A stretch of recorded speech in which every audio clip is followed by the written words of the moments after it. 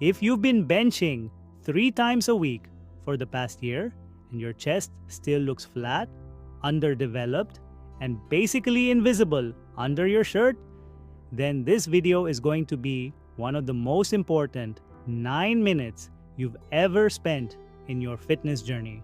Because the uncomfortable truth is that the bench press, the exercise that every gym bro treats as the holy grail of chest development, is probably giving you massive front deltoids and triceps while your actual pectoral muscle sits there barely stimulated.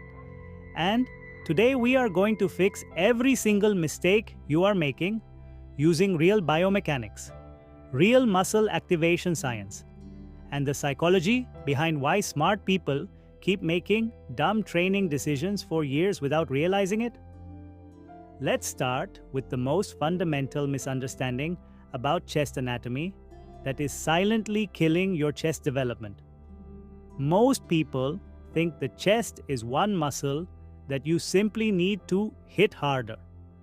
But the pectoralis major is a large fan-shaped muscle with 2 distinct heads. The clavicular head at the top, which is what people call the upper chest, and the sternal head at the bottom, which is the larger lower portion. And these 2 heads are innervated differently, meaning they respond to different joint angles and movement patterns. And if you're only ever flat benching, you are almost entirely neglecting the clavicular head, which is the portion of the chest that creates that full, 3-dimensional, armor-plated look that separates a developed chest from a flat one. A 2020 EMG study published in the Journal of Human Kinetics confirmed that incline pressing at 30 to 45 degrees produced significantly higher clavicular head activation compared to flat pressing, while flat and decline work better targets the sternal fibers, meaning a complete chest training program must include both angles systematically and not just flat bench every Monday until you die. The second and most biomechanically critical mistake you are making is that you do not understand what the pectoral muscle's primary function actually is. And without this knowledge, you will never be able to train it correctly, no matter what exercises you choose. The pectoralis major does not primarily push. It adducts and horizontally adducts the humerus, which means its primary job is to bring your arm across your body toward the midline, like a hugging motion or a fly. And this is the exact motion that creates maximum pectoral fiber tension and maximum stretch-mediated hypertrophic stimulus. Yet, the way most people bench press, with a grip so wide that their elbows travel almost straight down to their sides, turns the bench press into a tricep-dominant pushing exercise where the chest is barely performing its primary function at all.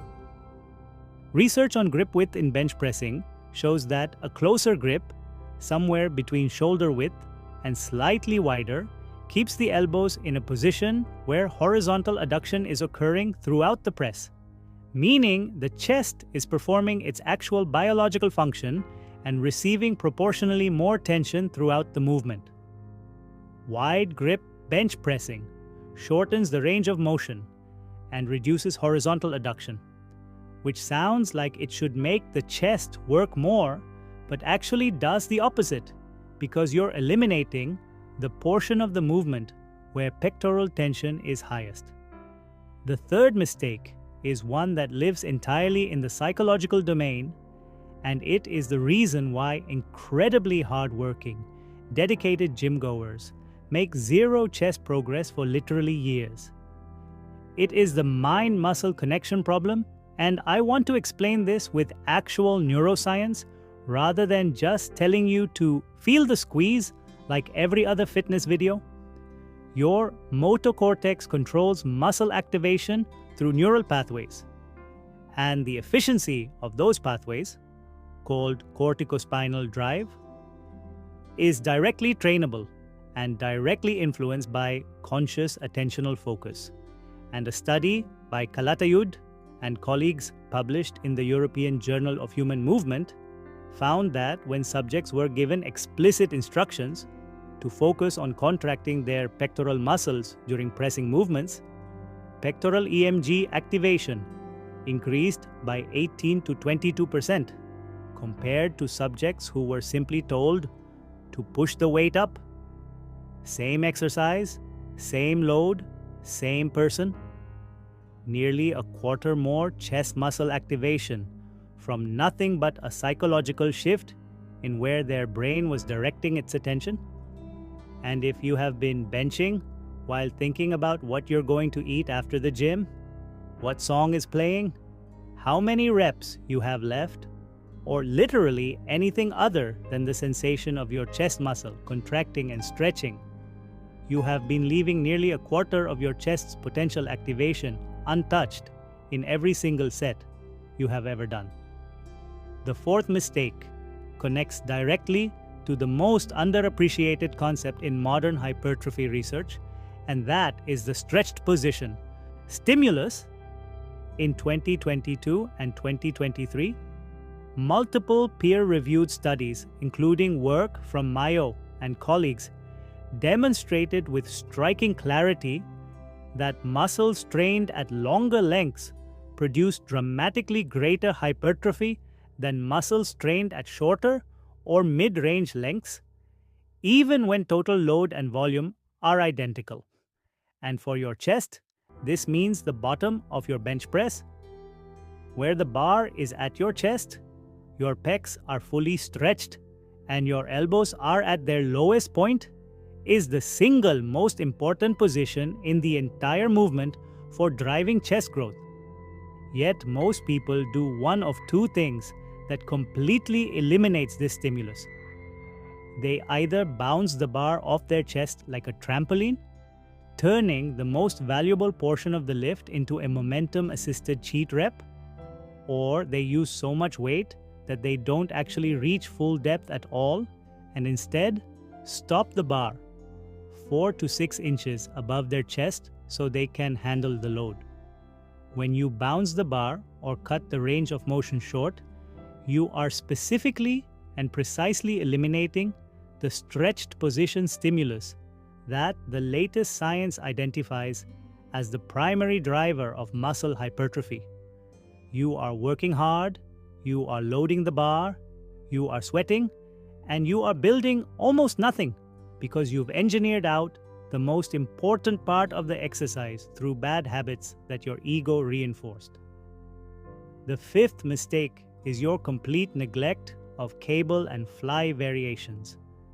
And I want to give you the physiological reason this matters, rather than just telling you to do them. The bench press, because it uses a barbell or dumbbell that creates a fixed gravitational force vector pointing straight down, provides maximum tension to the chest only in the mid-range of the movement. And as you approach the top of the press and your arms straighten, the load on the chest drops dramatically because gravity is no longer creating meaningful torque at the shoulder joint. Cable crossovers and dumbbell flies, by contrast, maintain tension on the pectoral through the full range of motion, including at the point of full contraction, when your hands come together at the midline of your body, which is the exact motion, horizontal adduction, that the pectoral exists to perform. And this full contraction peak tension is something the bench press simply cannot provide due to the physics of gravitational loading. A complete chest program must include both compound pressing for mechanical tension and progressive overload and cable or fly variations for full range horizontal adduction under continuous tension. And if your program is exclusively bench press variations with no fly or cable work, you are training roughly 60% of the movement pattern your chest is capable of and wondering why only 60% of its potential is being expressed. The sixth mistake is a programming error combined with a psychological bias called the familiarity heuristic.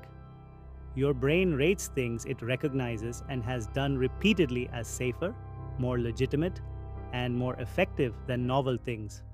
Which is why, even when you intellectually know you should be doing incline work, cable crossovers, and weighted dips for lower chest, you keep defaulting to flat bench every chest day because it feels real. It feels like what bodybuilders do. It feels productive. But feeling productive and being productive are two completely different things. And the research on training specificity makes clear that your muscles adapt to the precise stimulus you provide and nothing else, meaning the chest that you want. Full from top to bottom, with thickness in the upper clavicular head and a clear definition where the pec meets the deltoid, requires systematically targeting different portions of the muscle through different exercises at different angles with progressive overload applied to all of them, not just the one exercise that your familiarity bias keeps sending you back to. The final and most actionable thing I can leave you with is a complete framework for fixing all of these mistakes simultaneously. Start every chest session with an incline press at 30 to 45 degrees to prioritize the upper clavicular head while your nervous system is freshest. Use a grip width that is at or slightly outside shoulder width to keep horizontal adduction occurring throughout the movement. Take 3 full seconds to lower the weight to your chest and touch, not bounce, the bar to your sternum so you receive the full stretched position hypertrophic stimulus. Then follow your pressing with cable crossovers or dumbbell flies, where you consciously focus your entire mental attention on feeling your pectoral fibers contract as your hands move toward the midline. Train your chest twice per week to take advantage of the full muscle protein synthesis window that research shows closes within 48 to 72 hours. And most importantly, drop the weight by 20 to 30% from what you're currently using, because every pound of ego load you remove is a pound of mechanical tension you're giving back to the muscle that has been starved of it for as long as you've been training wrong. Your chest isn't flat because of your genetics. It isn't flat because you're not working hard enough. It is flat because you've been systematically and consistently delivering the wrong stimulus to a muscle you've never fully understood. And now that you do, there is absolutely nothing stopping it from growing.